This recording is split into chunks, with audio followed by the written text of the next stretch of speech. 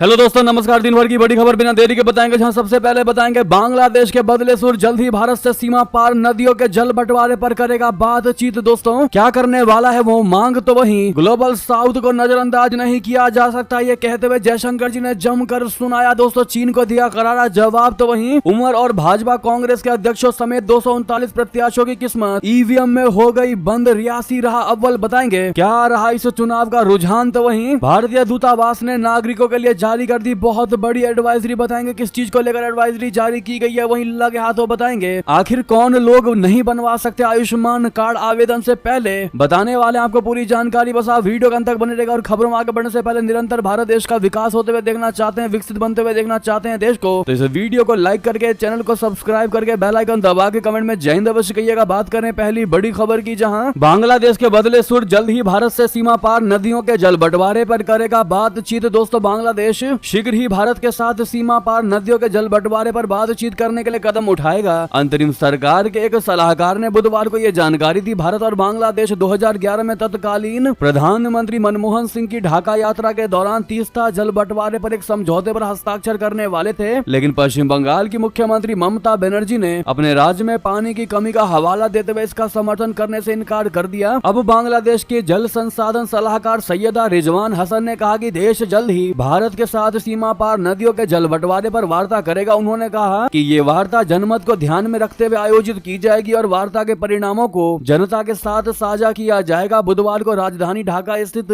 पानी भवन में विश्व नदी दिवस के अवसर पर साझा नदियों में बांग्लादेश के जल का उचित हिस्सा विषय पर आयोजित एक सेमिनार को संबोधित करते हुए रिजवाना ने ये बातें कही है। दोस्तों, तो वहीं आपको बता दें, संयुक्त राष्ट्र अतीत में अटका हुआ है, ग्लोबल साउथ को नजरअंदाज नहीं किया जा सकता। जी हाँ, जयशंकर जी ने जमकर सुनाया, खरी खोटी बता दें। संयुक्त राष्ट्र के अतीत में अटके रहने का जिक्र करते हुए विदेश मंत्री जयशंकर जी ने बुधवार को कहा कि ग्लोबल साउथ के देशों को अब और नजरअंदाज नहीं किया जा सकता। उन्होंने कहा कि संशोधित संयुक्त राष्ट्र सुरक्षा परिषद में अस्थायी श्रेणी में भारत का उचित प्रतिनिधित्व विशेष रूप से आवश्यक है। जयशंकर जी ने ये टिप्पणियां G20 देशों के विदेश मंत्रियों की बैठक में की। बैठक का नाम एक न्यायपूर्ण विश्व और एक टिकाऊ ग्रह का निर्माण था, जिसमें यह टिप्पणी की गई। जयशंकर जी ने कहा कि दुनिया एक परस्पर जुड़े हुए और बहुध्रुवीय क्षेत्र में तब्दील हो गई है और संयुक्त राष्ट्र की स्थापना के बाद से इसके सदस्यों की संख्या 4 गुना बढ़ गई है, फिर भी संयुक्त राष्ट्र अतीत में अटका हुआ है। उन्होंने कहा कि इसके परिणाम स्वरूप संयुक्त राष्ट्र सुरक्षा परिषद अंतर्राष्ट्रीय शांति एवं स्थिरता बनाए रखने के अपने संकल्प को पूरा करने के लिए संघर्ष कर रही है, जिससे इसकी प्रभावशीलता और विश्वसनीयता प्रभावित होती है। दोस्तों, मैं बता दें, केंद्र और LG पर बरसे राहुल गांधी, जम्मू कश्मीर को दूसरे राज्य के लोग चला रहे हैं जैसा दे दिया बयान। दरअसल जम्मू कश्मीर में राहुल गांधी ने बीजेपी को जमकर निशाने पर लिया। उन्होंने आरोप लगाया कि केंद्र शासित प्रदेश में विकास की रफ्तार सुस्त पड़ने और बेरोजगारी बढ़ने की मूल वजह भाजपा सरकार की नीतियां हैं। बीजेपी नेतृत्व वाली केंद्र सरकार को निशाने पर लेते हुए उन्होंने कहा कि इतिहास में पहली बार किसी राज्य को डाउन ग्रेड कर केंद्र शासित प्रदेश बना दिया गया और क्षेत्र के लोगों के साथ अन्याय किया गया। LOP ने एक बार जम्मू कश्मीर को पूर्ण राज्य का दर्जा वापस दिलाने के वादे को दोहराई और कहा कि केंद्र में इंडिया अलायंस की सरकार बनते ही जम्मू कश्मीर के पूर्ण राज्य का दर्जा बहाल होगा। जी हाँ, वहीं आपको बता दें, जम्मू कश्मीर में दूसरे चरण में 54.52% वोटिंग पड़ी है। फाइनल डेटा आना अभी बाकी है, लेकिन आपको बता दें, पहली बार विदेशी राजनयिकों के दल ने जम्मू कश्मीर में चुनाव प्रक्रिया की जानकारी ली है। अमेरिका, नॉर्वे और सिंगापुर सहित 15 देशों के राजनयिकों के प्रतिनिधि मंडल ने बुधवार को कश्मीर के बड़गाम व श्रीनगर जिले में विधानसभा चुनावों का निरीक्षण किया। वहीं विधानसभा चुनाव के दूसरे चरण में छिटपुट घटनाओं के बीच 54.30% मतदान हुआ। जम्मू और कश्मीर संभाग की 6 जिलों की 26 सीटों के लिए हुए चुनाव में पूर्व उप मुख्यमंत्री उमर अब्दुल्ला, कांग्रेसी अध्यक्ष तारिक हामिद कर्रा, भाजपा अध्यक्ष रविंद्र रैना, अपनी पार्टी अध्यक्ष अल्ताफ बुखारी समेत 239 प्रत्याशियों का भाग्य ईवीएम में बंद हो गया। बॉर्डर इलाके में मतदान के लिए लोग भारी संख्या में पहुंचे हैं। पहले चरण में 24 सीटों पर 61.38% मत पड़े थे। विदेशी राजनयिकों के दल ने कश्मीर में श्रीनगर व बड़गाम में बने केंद्रों का दौरा कर मतदान प्रक्रिया की जानकारी ली। जी हाँ, अब ऐसे में दोस्तों, जिस प्रकार से ईवीएम में सबकी किस्मत, सारी पार्टियों की किस्मत बंद हो गई है, क्या लगता है दोस्तों आपको कौन सी पार्टी इस बार जीत हासिल करेगी जम्मू कश्मीर में? वहीं आपको बता दें, भारतीय दूतावास ने नागरिकों के लिए जारी कर दी एडवाइजरी, लेबनान की यात्रा न करने की दे दी चेतावनी। दोस्तों, इजराइल और लेबनान के बीच बढ़ते तनाव के बीच लेबनान की राजधानी बेरूत में भारतीय दूतावास ने बुधवार को भारतीय नागरिकों को ट्रैवल एडवाइजरी जारी किया, जिसमें उन्हें बेरूत की यात्रा न करने को कहा गया है। बेरूत में भारतीय दूतावास ने 2 देशों के बीच चल रहे युद्ध के मद्देनजर भारतीय नागरिकों को लेबनान की यात्रा न करने की सख्त सलाह दी है। दूतावास दूतावास ने लेबनान में फंसे नागरिकों को अत्यधिक सावधानी बरतने और बेरूत में भारतीय दूतावास के संपर्क में रहने की भी सलाह दी है। जी हाँ, वहीं बता दें श्रीलंका के नए राष्ट्रपति दिसा नाइके ने भारत और चीन को लेकर बड़ा बयान दे दिया है कि इनके बीच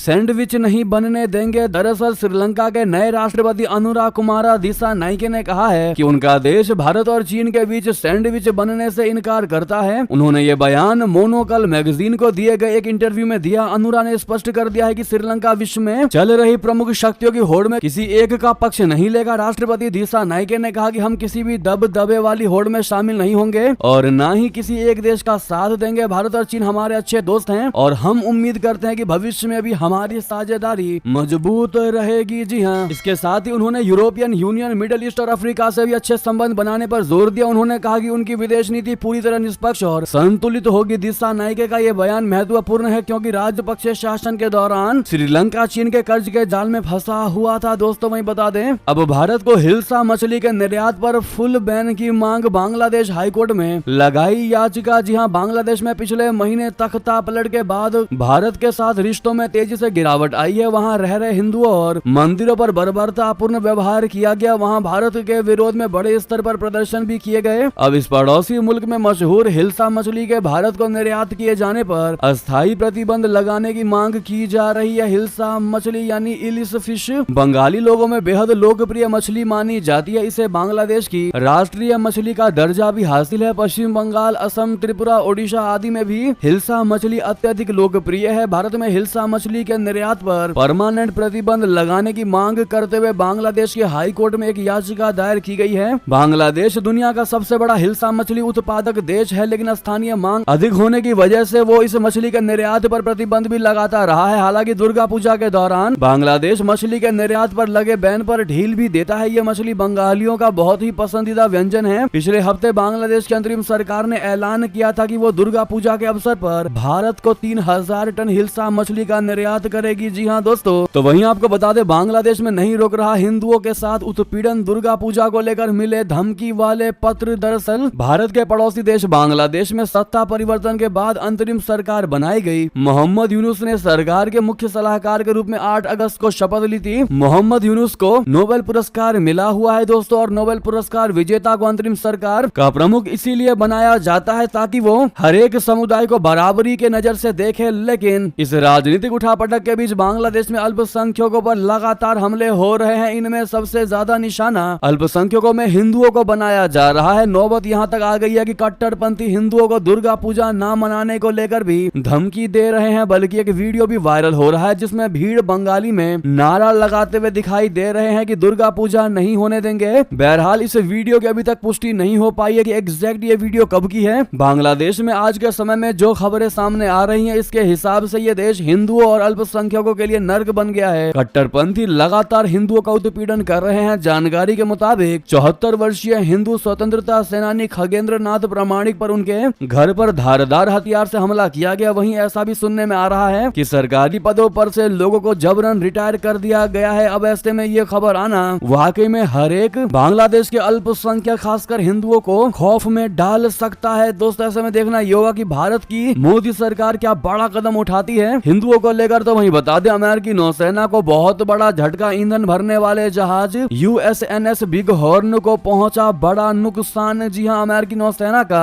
एक महत्वपूर्ण जहाज USNS बिग हॉर्न जो युद्धपोतों को ईंधन की आपूर्ति करता है उसको गंभीर नुकसान पहुंचा है। ये घटना तब हुआ जब इसने अमेरिकी विमान वाहक पोत USS Abraham Lincoln strike group का ईंधन भरने का काम पूरा किया। अधिकारियों ने घटना के कारणों की जांच शुरू कर दी है, लेकिन विस्तृत जानकारी अभी तक सार्वजनिक नहीं की गई है। USNS बिग हॉर्न अमेरिकी नौसेना का हेनरी जे केइजर क्लास का एक फ्लीट रिफ्यूलिंग जहाज है जो युद्धपोतों को संचालन के दौरान ईंधन और आपूर्ति की सुविधा प्रदान करता है। वहीं आपको बता दे मुझे नहीं पता कब तक CM रहूंगी, नवाज शरीफ की बेटी को सता रहा है डर। पाकिस्तान में फिर भूचाल के पल। बता दे पाकिस्तान में सत्तारूढ़ गठबंधन पार्टी की नेता और पंजाब की मुख्यमंत्री मरियम नवाज ने बुधवार को कहा कि उन्हें अपनी कुर्सी जाने का डर है। उन्होंने कहा अगर देश में राजनीतिक अराजकता जारी रहती है तो उन्हें भी ये नहीं पता कि वो कितने दिनों तक अपने पद पर बनी रहेंगी। फैसलाबाद में एक समारोह को संबोधित करते हुए पाकिस्तान मुस्लिम लीग नवाज के अध्यक्ष नवाज शरीफ की बेटी मरियम नवाज ने कहा कि विभिन्न देशों के राजदूत भी पाकिस्तान में बढ़ते राजनीतिक संकट पर पर गंभीर चिंता जता रहे हैं। देश में राजनीतिक अराजकता जारी है और मुझे भी नहीं पता कि मैं मुख्यमंत्री पद पर कितने समय तक रह पाऊंगी। तो वहीं कश्मीर पर संयुक्त राष्ट्र में अकेला पड़ा पाकिस्तान, दोस्त तुर्की ने भी छोड़ दिया साथ, अपने ही घर में घिर गए। शहबाज शरीफ दोस्तों, कश्मीर को भारत से अलग करने का नापाक मंसूबा पालने वाला पाकिस्तान अब दुनिया में बिल्कुल अकेला पड़ गया है। पाकिस्तान कश्मीर विवाद को संयुक्त राष्ट्र के प्रस्ताव के आधार पर हल करने की बात करता रहा है, लेकिन संयुक्त राष्ट्र महासभा UNGA की बैठक में किसी भी देश ने कश्मीर का जिक्र तक नहीं किया। कश्मीर में पाकिस्तान के पूर्व राजदूत हुसैन हक्कानी ने इस मुद्दे पर कहा कि पाकिस्तानी प्रधानमंत्री शहबाज शरीफ संयुक्त राष्ट्र महासभा में कश्मीर का मुद्दा उठाने वाले एकमात्र व्यक्ति होंगे। पाकिस्तान को सबसे बड़ा झटका उसके दोस्त तुर्की ने दिया है। पिछले कई सालों से कश्मीर मुद्दा उठा रहे तुर्की के प्रधानमंत्री रेसेप तैयब एर्दोगन इस बार संयुक्त राष्ट्र महासभा में अपने संबोधन के दौरान इसका जिक्र नहीं किया। इस कदम से पाकिस्तान हक्का बक्का है। पूर्व पाकिस्तानी राजनयिक हुसैन हक्कानी ने सोशल मीडिया प्लेटफॉर्म एक्स पर लिखा कि कई सालों से पाकिस्तानी संयुक्त राष्ट्र के प्रस्तावों के आधार पर कश्मीर विवाद को हल करने की बात करते रहे हैं। अगर पाकिस्तान के प्रधानमंत्री को छोड़कर UNGA में 193 सदस्यों में से किसी भी वक्ता ने कश्मीर का जिक्र नहीं किया, पाकिस्तान की भावना कितनी वास्तविक है। ऐसे में जिस देश पर यह भरोसा था पाकिस्तान को कि कश्मीर का मुद्दा वो जरूर छेड़ेगा, उसने ही बड़ा धोखा दे दिया। अब पाकिस्तान वाकई में अकेला तो महसूस करेगा ही और साथ ही साथ उसको अब ये मालूम जरूर पड़ चुका होगा कि कश्मीर भारत का था, भारत का है और भारत का ही रहने वाला है। वो कितना भी तिकड़म लगा ले पाकिस्तान, कश्मीर का ऑनर चेंज होने नहीं वाला। तो वहीं आपको बता दें, राष्ट्रपति व्लादिमीर पुतिन ने दे दी बड़ी चेतावनी, परमाणु हमले के विकल्प पर विचार कर रहा है रशिया। दरअसल रूस परमाणु हमले के विकल्प पर विचार कर रहा है। राष्ट्रपति व्लादिमीर पुतिन ने पश्चिम को चेतावनी दी है कि हवाई हमलों के खिलाफ जवाबी कार्रवाई करते हुए परमाणु के इस्तेमाल से भी पीछे नहीं हटेंगे। रशिया की ये चेतावनी ब्रिटेन और अमेरिका द्वारा यूक्रेन को उसके खिलाफ क्रूज मिसाइलों का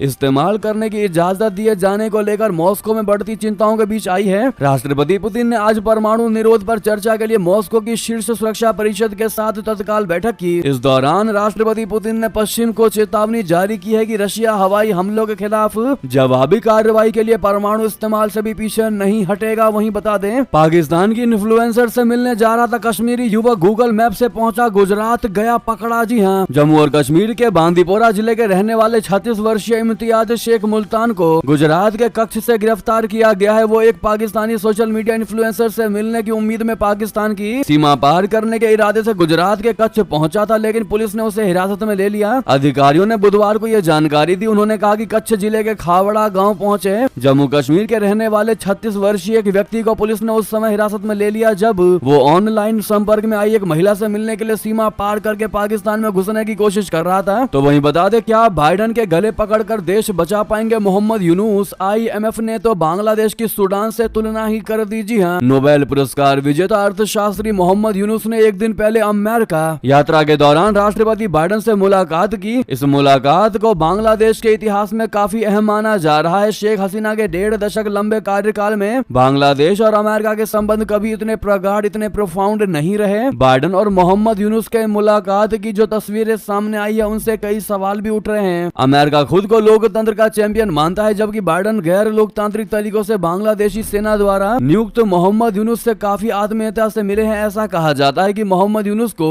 बराक ओबामा ने राष्ट्रपति रहते हुए खूब बढ़ावा दिया। उस वक्त जो बाइडन उपराष्ट्रपति थे। मुलाकात के दौरान बाइडन और मोहम्मद यूनुस की पुरानी केमिस्ट्री साफ तौर पर देखने को मिली, लेकिन सवाल उठ रहे हैं कि क्या अमेरिका की मदद से खस्ता हाल बांग्लादेश की अर्थव्यवस्था को कोई उबार पाएगा या नहीं। तो वहीं बता दें, इजराइल से खबर, भारतीय मूल के सैनिक की मौत के बाद NGO ने की अपील, परिवार को इजराइल में बसाने में करें मदद। जी हाँ, इजराइल के एक और गैर सरकारी संगठन बोले तो NGO ने भारतीय मूल के एक सैनिक की मौत के बाद उनके परिवार को इजराइल में बसने के लिए मदद करने की अपील की है। ये NGO मणिपुर और मिजोरम से आए यहूदियों के लिए आवर्जन यानी इमिग्रेशन में मदद करता है। इन भारतीय यहूदियों को बेनी मेनाशी कहा जाता है। स्टाफ सार्जेंट गैरी गिदियन हेंगल की इस महीने की शुरुआत में एक हमले में मौत हो गई थी। ये हमला वेस्ट बैंक की बीट एल बस्ती के पास इंसाफ जंक्शन में हुआ था, जिसमें साजिश के तहत एक वाहन ने उनको टक्कर मार दी थी। वहीं बता दें, कमला हैरिस के एरिजोना स्थित अभियान कार्यालय में गोलीबारी, आधी रात के बाद चली गोली, अब तक कोई गिरफ्तार तक नहीं। दोस्तों, अमेरिका के एरिजोना में उपराष्ट्रपति और डेमोक्रेटिक पार्टी उम्मीदवार कमला हैरिस के अभियान कार्यालय में गोलीबारी की गई। पुलिस ने इसकी पुष्टि की। आधी रात के बाद किसी ने गोली चला दी। हालांकि इस दौरान कार्यालय के अंदर कोई भी मौजूद नहीं था, लेकिन इस घटना के बाद इमारत के अंदर काम करने और आस पास रहने वालों की सुरक्षा को लेकर चिंता पैदा पैदा हो गई है। जासूस अब घटनास्थल पर सबूत जमा कर रहे हैं। पुलिस ने बताया कि क्षेत्र में कर्मचारियों और अन्य लोगों की सुरक्षा बढ़ाने के लिए अतिरिक्त कदम उठाए जा रहे हैं। जी हाँ, कार्यालय में काम करने वाले कर्मचारियों ने गोलीबारी की जानकारी दी। उन्होंने बताया कि ऐसा प्रतीत होता है कि सामने की खिड़कियों से गोलियां चलाई गई हों। कार्यालय में यह दूसरी बार ऐसी घटना हुई है। वहीं बता दें, लेबनान का गाजा जैसा हाल करने जा रहा इजराइल अंदर तक जाएंगे, सैनिक तैयार रहने का दे दिया अलर्ट। दोस्तों,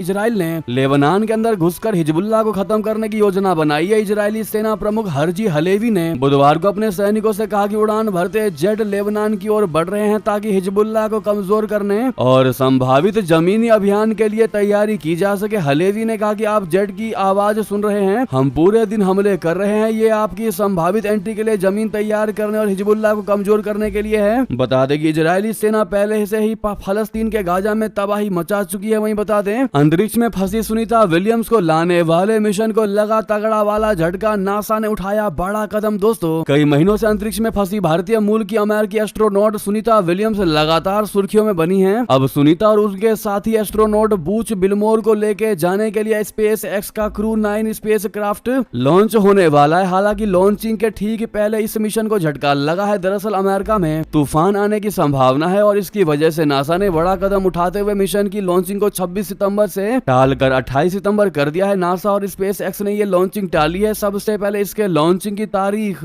25 सितंबर तय की गई थी, लेकिन फिर इसे 26 किया गया। वहीं 27 और 28 सितंबर को ब्रेकअप डेट की तरह रखा गया, लेकिन अब फिर से इसे टालकर 28 सितंबर कर दिया गया है। वहीं बता दें, इंडिया जाना तो आसान लेकिन निकलना मुश्किल। जी हाँ, पाकिस्तान जाने से पहले जाकिर नाइक का बयान। पाकिस्तान की धरती पर कदम रखने से पहले भड़काऊ भाषण देने वाले इस्लामिक उपदेशक जाकिर नाइक ने कई नई बातें बताई हैं। एक पाकिस्तानी यूट्यूबर को दिए इंटरव्यू में उसने कहा है कि पहले मैं पाकिस्तान जाता था तो भारत के लोग इल्जाम लगा देते थे कि मैं ISI से मिला हुआ हूँ, बाकी मैं पाकिस्तान से मोहब्बत करता हूँ। उसने बताया कि दुनिया में सबसे ज्यादा किसी राजदूत से मिला हूँ तो वो पाकिस्तानी अम्बेसडर ही है। सऊदी हो, UAE हो, हर जगह पाकिस्तानी दूत से मुलाकात हो ही जाती है। उसने यूट्यूबर से बात करते हुए कहा कि इंडिया जाना तो एकदम आसान है लेकिन बाहर निकलना बेहद मुश्किल है। जाकिर ने कहा, जाने पर तो वो रेड कारपेट बिछाएंगे, कहेंगे आओ भाई आओ, अरेस्ट भी कर लेंगे। जाहिर है उनकी लिस्ट में नंबर 1 आतंकवादी जाकिर नाइक है। वहीं बता दें, पाकिस्तानी मौलाना तारिक पर कुरान की तौहीन का आरोप, इस निंदा पर करता था मौत की सजा की बात, अब खुद की जान पर बन गई। दोस्तों, इस्लाम की आलोचना पर मौत की सजा की वकालत करने वाले एक पाकिस्तानी मौलाना खुद इस निंदा के आरोप में घिर गए हैं। मौलाना तारिक मसूद पर कुरान और पैगंबर मोहम्मद के अपमान करने का आरोप लगा है, जिसके बाद वो खुद जान बचाने के लिए भागा फिर रहा है। तारिक मसूद का एक कथित वीडियो वायरल हो रहा है जिसमें उन्हें सवाल पूछते हुए सुना जा सकता है कि मुसलमान नबी यानी पैगंबर मोहम्मद को क्यों मानते हैं जब उन्हें पढ़ना और लिखना ही नहीं आता था। वहीं बता दें, कमला हैरिस एशियाई अमेरिकी मतदाताओं में सबसे ज्यादा लोकप्रिय, सबसे ज्यादा फेमस। ट्रंप 18 पॉइंट से पिछड़े, नए सर्वे में नया और बड़ा खुलासा। अमेरिका में नवंबर में होने वाले राष्ट्रपति पद के चुनाव में डेमोक्रेटिक पार्टी की उम्मीदवार कमला हैरिस एशियाई अमेरिकी मतदाताओं के बीच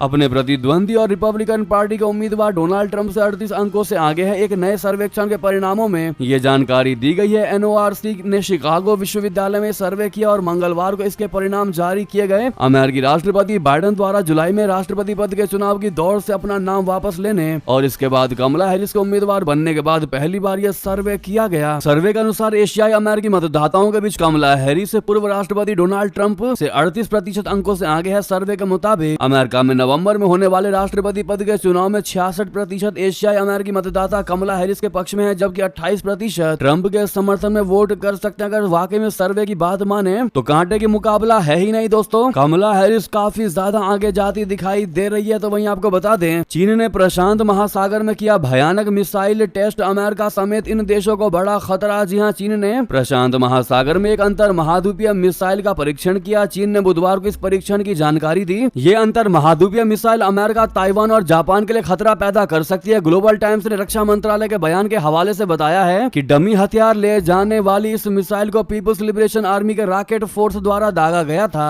मिसाइल को प्रशांत महासागर के ऊंचे समुद्र में गिरा दिया गया। वहीं बता दें, केजरीवाल का मोदी सरकार पर निशाना, कहा भाजपा कृषि कानूनों को वापस लाना चाहती है। जी हां, आम आदमी पार्टी के राष्ट्रीय संयोजक अरविंद केजरीवाल ने बुधवार को भाजपा सांसद कंगना रनौत के 3 कृषि कानूनों को वापस लेने संबंधित बयान को लेकर भाजपा पर निशाना साधा। उन्होंने आरोप लगाया कि भाजपा इन कानूनों को वापस लाना चाहती है। वो भिवानी में में पार्टी उम्मीदवार इंदु शर्मा के लिए प्रचार करते हुए एक जनसभा को संबोधित कर रहे थे। हरियाणा में विधानसभा चुनाव के लिए 5 अक्टूबर को मतदान होगा और मतगणना 8 अक्टूबर को होगी। केजरीवाल ने कहा कि 2 साल पहले हुए देश के सबसे बड़े किसान आंदोलन के दौरान 750 किसानों की मौत हो गई थी और नरेंद्र मोदी सरकार को कृषि कानून वापस लेने के लिए मजबूर होना पड़ा था। यानी कि पीएम नरेंद्र मोदी पर और मोदी सरकार पर कटाक्ष करते नजर आए हैं केजरीवाल। तो वहीं आपको बता दे कौन लोग नहीं बनवा सकते आयुष्मान कार्ड। आवेदन से पहले दे दे आपको पूरी जानकारी हम बता दें। चाहे आप शहरी क्षेत्र में रहते हो या ग्रामीण क्षेत्र में रहते हो, लेकिन यदि आप जरूरतमंद है, गरीब वर्ग से आते हैं आदि, फिर आप सरकारी योजनाओं से जुड़कर लाभ उठा सकते हैं। सरकार कई सरकारी योजनाओं पर करोड़ों रुपए खर्च करती है ताकि